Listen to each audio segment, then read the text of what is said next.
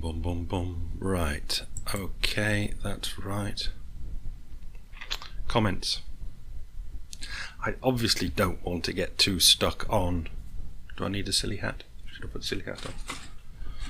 Might need a silly hat for this. Rakish angle. Right. Comments. Don't want to get stuck on it. But it is free will after all. Just note that for one. Stuck on free will. Okay, Martin, straight off. There's nothing there to have it. And there you have it, basically. What I'm going to kind of say over the next however long this is going to take. Do I move that out of the way? Is there's nothing there to have it, as in, I think it's going to work out as there's nothing that particularly there to have it. It'll work out as, because I'm going to try and be reasonable. Right. Yes, bad start. Okay. Life is a challenge. Choose how you see fit. Now, I just see that comment and just the opening, two clauses there. Life is a challenge. Choose how you see fit. This isn't coming from one of us. This is coming from one of them. Life is a challenge. This is a classic sort of thing that they say. It's just stating the bleeding obvious, as we say in English, and as so many stating the bleeding obvious are, it's just meaningless. Okay, life is a challenge. Righto. Well, thanks for writing to YouTube for that. I'm sure we're all enlightened that life is a challenge. Choose how you see fit, and that's just exactly the same. Exactly. Comes right out of this ballpark. Choose how you see fit. Okay?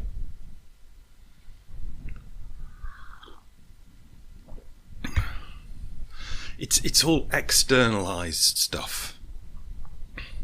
No thinking has gone on at all. No internal thinking. It's all external thinking. Over here, we have done internal thinking. We look at ourselves deeply internally and see things. This comment is coming from a place over here which has seen external things and can repeat. Life is a challenge. Choose how you see fit. What do Americans say? Inspiring much. Right. Did I want to do this one? We go about in real life as if free will is a given.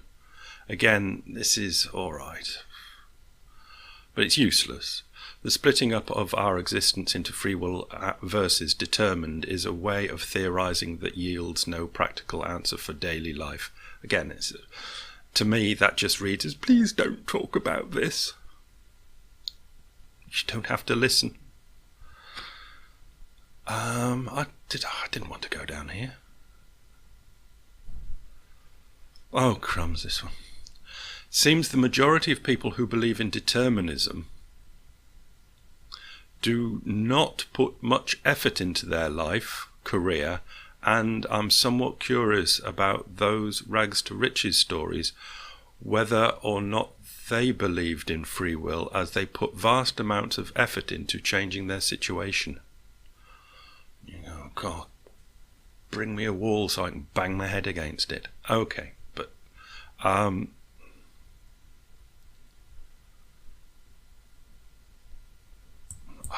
just don't know what to say.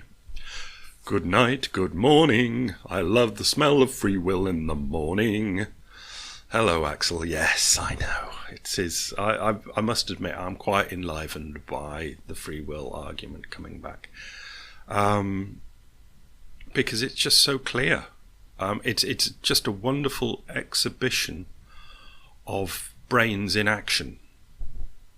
I mean, for most subjects, we just go... But when it comes to free will, it just seems to excite parts of the brain and really expresses what the committee feels, and we'll come to the committee. I think now is it? Yeah. Becca Flynn, you and Amendum, I notice both of you like to use the rape scenario when you are discussing your ideas on free will, but I guess it's a good example for one to use when editorializing about such matters, eh? Yeah, 'tis, Bex, because it's experience. I, and probably Gary as well, have done this sort of thing, and you can bring up examples like murder, and then the person will come back and say, yeah, but in times of war, and you find you're not talking about what you wanted to talk about. You're dragged off to other things. Rape is one that you can use. Sometimes I've been used rape of a younger girl just to absolutely nail it down that there's no discussion on the good and bad. Nobody, you've got a real weirdo on your hands if they're going to drag you off the subject by saying, yeah, but rape of a young girl is sometimes good, that sort of thing. So that's all it is. I'm pretty sure it's not that we've got a mental thing about raping. We might have, but I don't think we do. I'll think about that. No, it's because you can't get dragged off when you talk about rape. So she goes on. I'm sorry, I'm presuming that Becca Flynn is a girly thing. The religious nuts say that we do have free will, and you've got an angel on the right and the devil on the left, and you know how that goes. Yeah, we've done that. I think we do have free will in the way you describe it. That much is obvious. I very much doubt that you do. The will to exercise what we choose and to do, choose not to do to a certain degree, as much as the internal and external resources will permit. I wish your free will would permit you some punctuation. You see, this is a bit of a, it's a drifter, Becca. As much as internal and external resources will permit. Okay, it could be absolutely spot on, but I suspect it's just trying to keep a foot in the other camp. And I've read this before, and so I've kind of worked out what I was going to say here, and this is the committee thing. So I've got a worm that goes wiggly, wiggly, wiggly. It could go wiggle, wiggle, wiggle, but it doesn't. It always goes wiggly, wiggly, wiggly, because its brain is only big enough to have one committee member. I go straight on to a cockroach. I'd like to give it more, but just to keep in with the story. The cockroach has got 9 committee members, so can do lots of different things. A humane being has got 56 committee members, so can do lots of other things. It doesn't quite work, this, but I don't think anyone will notice. And that's what I was talking about in what they're all 56 sitting around a table. There's no chairman, chairwoman or anything. It's just the one that shouts the loudest and grabs the lever and pulls it for something to happen.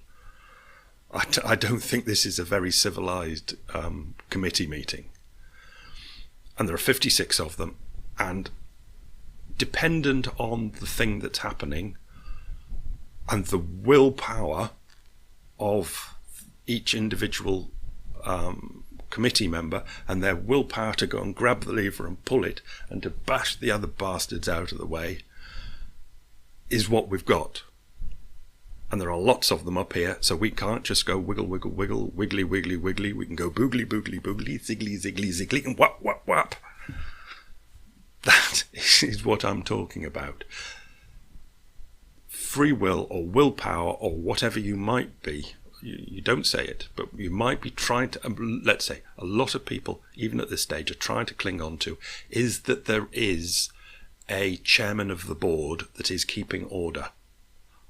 Let's just say I do not believe there's any chairman of the board that is keeping order. I think this is an absolute anarchy area. And the 56 of them round just absolutely fighting.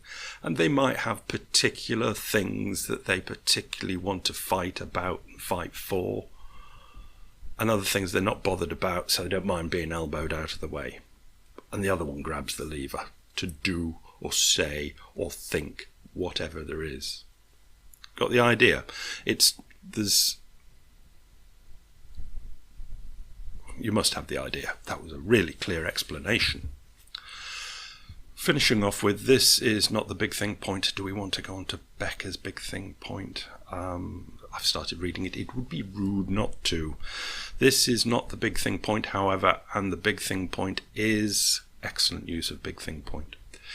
Does it really matter what we do and what we don't do, or they both just one and the same, neither good nor bad, just neutral and dependent on the person's genetic makeup?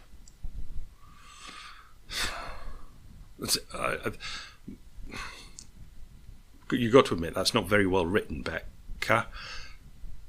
And I think the answer would come down to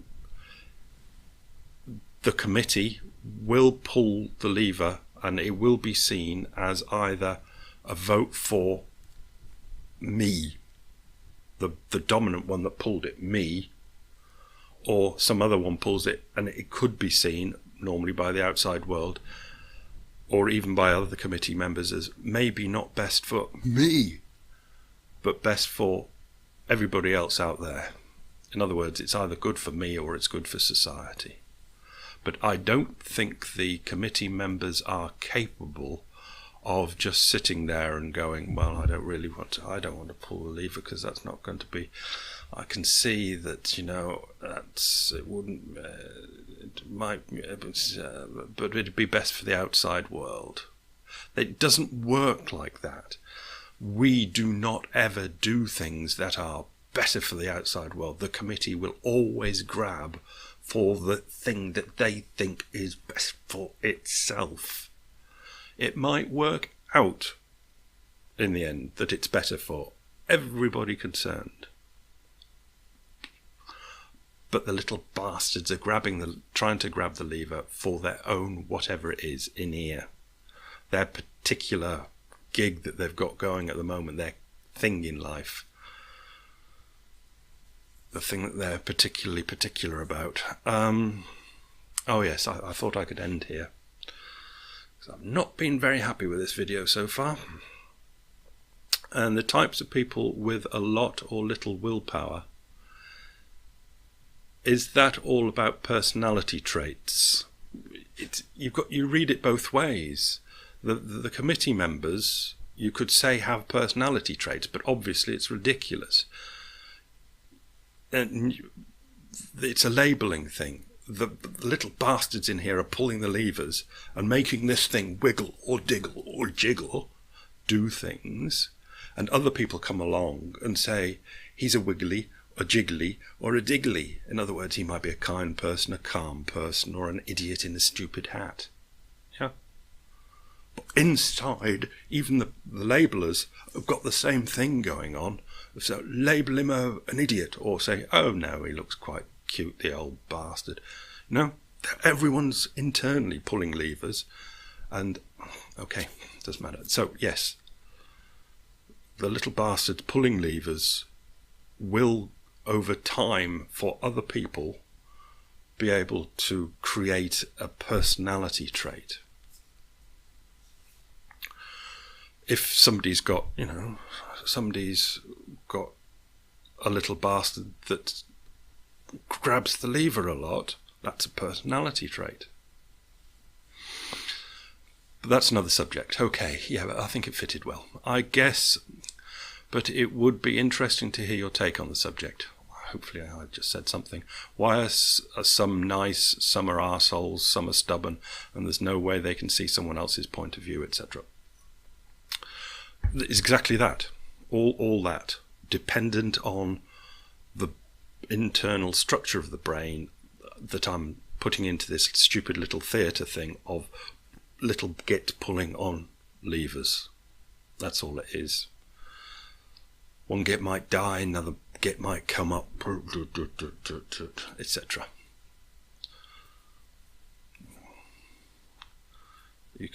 Yeah, I think it works. It works in all. It works. And one thing I'd like to point out right at the end of this, that last comment was from the Trollgubbe, who I think is Swedish. Sorry if you're not.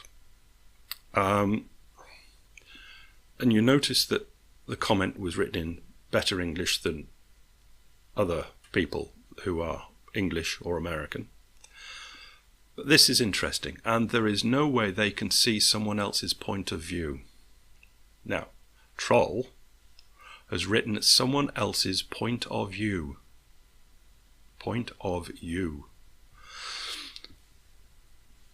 This is a brain that's picked up English by listening to it. Point of view. Point of view.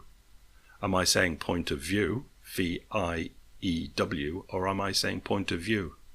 Point of Y-O-U, point of view. He's written point of view, point of Y-O-U, point of view. You see what I mean? That's how brains get programmed. Point of view. It's as simple as that. So, automatically, the little people in there going, right, okay, which because the levers are pulled all the time. Point of view. It's programming. It's a learnt response. It's wrong, but you can't criticize it, can you? Because everything else is so superb. And it's been a wonderful exercise.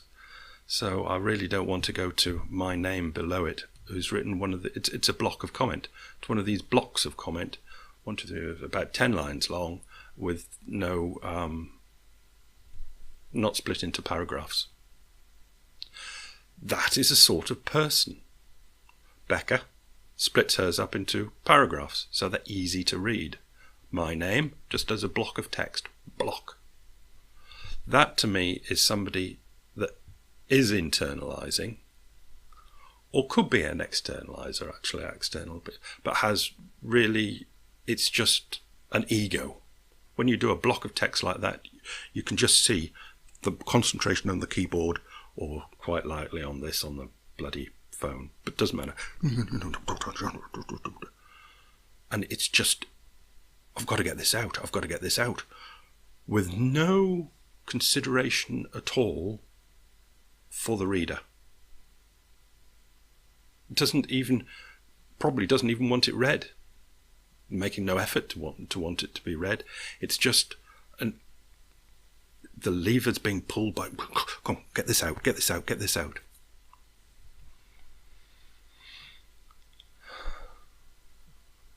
I see another comment, but I can't think of a funny thing to say except, what number should I call this one then? Right, it's long enough, but I am going to just recap. This is a very important one. Life is a challenge. Choose how you see fit.